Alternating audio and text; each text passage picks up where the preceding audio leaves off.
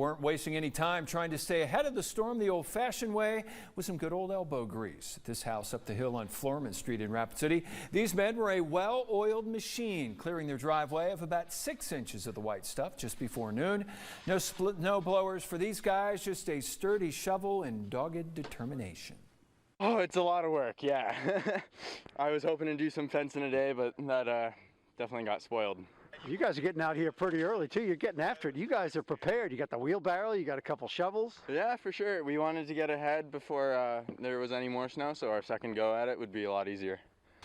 These guys are professionals, textbook on how to remove snow from your property.